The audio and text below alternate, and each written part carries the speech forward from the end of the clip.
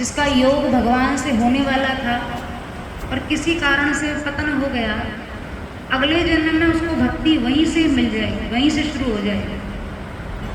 जैसे किसी ने LKG, UKG, प्रथम श्रेणी, द्वितीय श्रेणी, कोई मान लीजिए 4 कक्षा तक पढ़ गया, उसके बाद अगले जन्म में उसकी पढ़ाई 5वीं कक्षा से ही आरंभ होगी। ऐसा नहीं कि उसको फिर से LKG में बैठना पड़ेगा। भगवान की भक्ति जो है ना, अमोघ है, अमोघा भगवत भक्ति। कभी किसी काल में छोटे से छोटा साधन भी जीव के द्वारा बन गया ना, तो वो कभी नष्ट होने वाला नहीं। इसी को गीता में भगवान ने योग भ्रष्ट कहा कि कोई योग कर रहा था साधक और भगवान मिलने वाले थे, भगवत प्राप्ति की बेला निकट थी, लेकिन किसी संसार के पुराने प्रारब्ध वशात उसको भगवान मिल नहीं सके। अब उसका जो जन्म होगा, अगला जन्म, वहाँ उसको भक्ति 2 प्रकार के योग भ्रष्ट होते हैं। एक योग भ्रष्ट तो वो जो विरक्त संतों के यहाँ पैदा हो जाते हैं, तो उन्हें आरंभ से ही भक्ति प्राप्त हो जाती है। एक योग भ्रष्ट वो होते हैं जो श्रीमंतों के यहाँ पैदा होते हैं, अच्छे पैसे वालों के यहाँ पैदा हो गए, समृद्ध परिवार में पैदा हो गए, और वहाँ भी उनको भक्ति के संस्कार सहज में प्राप्त हो गए। नारद जी महाराज, प्रथम दिन हम लोगों ने कथा सुनी, नारद जी को भक्ति कैसे मिली। 5 साल की अवस्था में माँ बर्तन मांजने जाती थी, उनके साथ पहुँच जाते थे बस, और वहाँ जो सत्संग कथा होता था, मनोहरा, उसने उनका मन हरना शुरू कर दिया धीरे धीरे। कथा में भी ये लोग आते हैं और प्रभात फेरी में भी आते हैं, हमें तो इनको देखकर बड़ी प्रसन्नता है। स्वामी विवेकानंद कहते थे कि जिस परंपरा का बालक जाके है ना, वो परंपरा भविष्य में बहुत समय तक सुरक्षित रहने वाली है।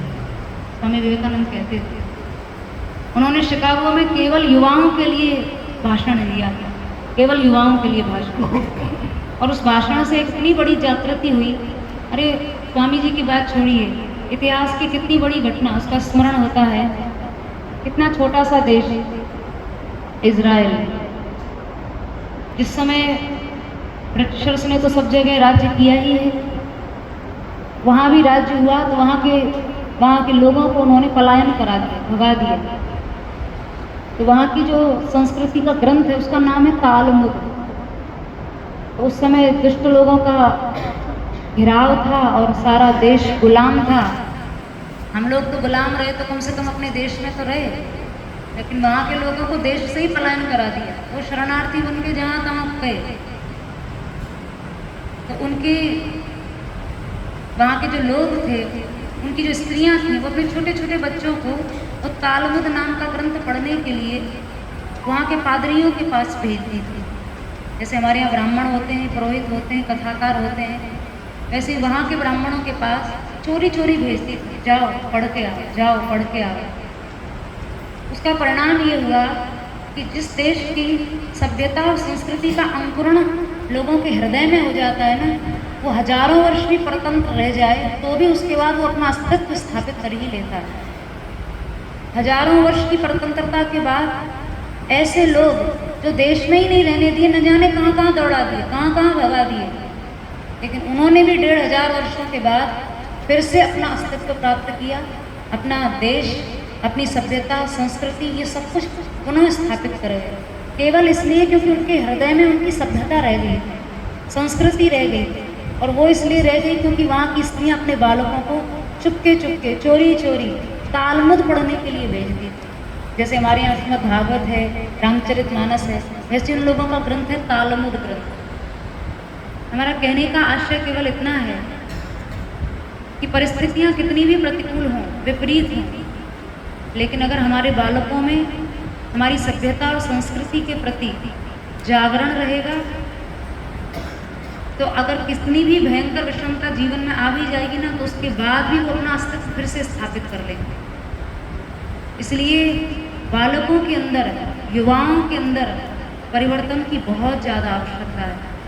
इसलिए स्वामी जी हमेशा वो भाषण में युवाओं को बहुत अधिक केंद्रित करके बातें कहते थे, बहुत अधिक केंद्रित करके। वो कहते थे समस्या का सुधार जड़ से करो।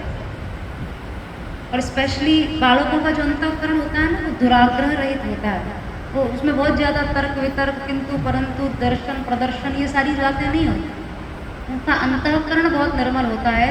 तो ऐसे निर्मल अंतःकरण में किसी भी साधना के प्रति विश्वास जगाना आसान है, ऐसे अंतःकरण में निष्ठा को जगाना आसान है। हमें तो बहुत आनंद मिल रहा है, बहुत खुशी हुई कि छोटे छोटे बच्चे, और पता चला ये लोग हर रोज़ आते हैं प्रभात फेरी में, है ना। इन लोगों के लिए आप सब लोग इनका अभिनंदन करो। आप लोग रोज आया करो प्रभात फेरी में ऐसे ही। देखो इतने सारे लोग आपका स्वागत कर रहे हैं ताली बजा के, सबको बहुत खुशी है आप लोग प्रभात फेरी में आते हो। 2 बच्चे देखे हो तो नंगे पैर दौड़ रहे थे, 4-5 साल के नंगे, एकदम नंगे पाँव दौड़ रहे थे। श्री जी की विशेष कृपा है कि हम लोग सत्संग और इस तरह की संगोष्ठियों के माध्यम से यत्किंचित थोड़ा बहुत जो भी हमारा प्रयास है वो अगर हमारे बालकों को और युवाओं को सुरक्षित कर रहा है ना। आज पंजाब का युवा कितना व्यसनग्रस्त है आप सब लोग जानते हो। हर परिवार में व्यक्ति रो रहा है, हर परिवार रो रहा है, क्योंकि हर परिवार का युवा व्यसनग्रस्त हो गया। डिस्ट्रैक्शन, कितना भयंकर डिस्ट्रैक्शन दुर्व्यसनों ने लगा दिया, मोबाइल ने और मदिरा ने इतना भयंकर दुर्व्यसन लगा दिया कि आज वो लोग पथदलित हो रहे हैं, दिशाविहीन हो रहे हैं, संस्कारों से च्युत हो रहे हैं। ये कितना बड़ा दुर्भाग्य है हम लोगों का। जिस देश की सभ्यता और संस्कृति में कुएं में भी अगर मदिरा की एक बूंद भी गिर जाती थी ना, पाली राज्य की घटना पड़ी इतिहास में, जिस समय वहाँ के किसी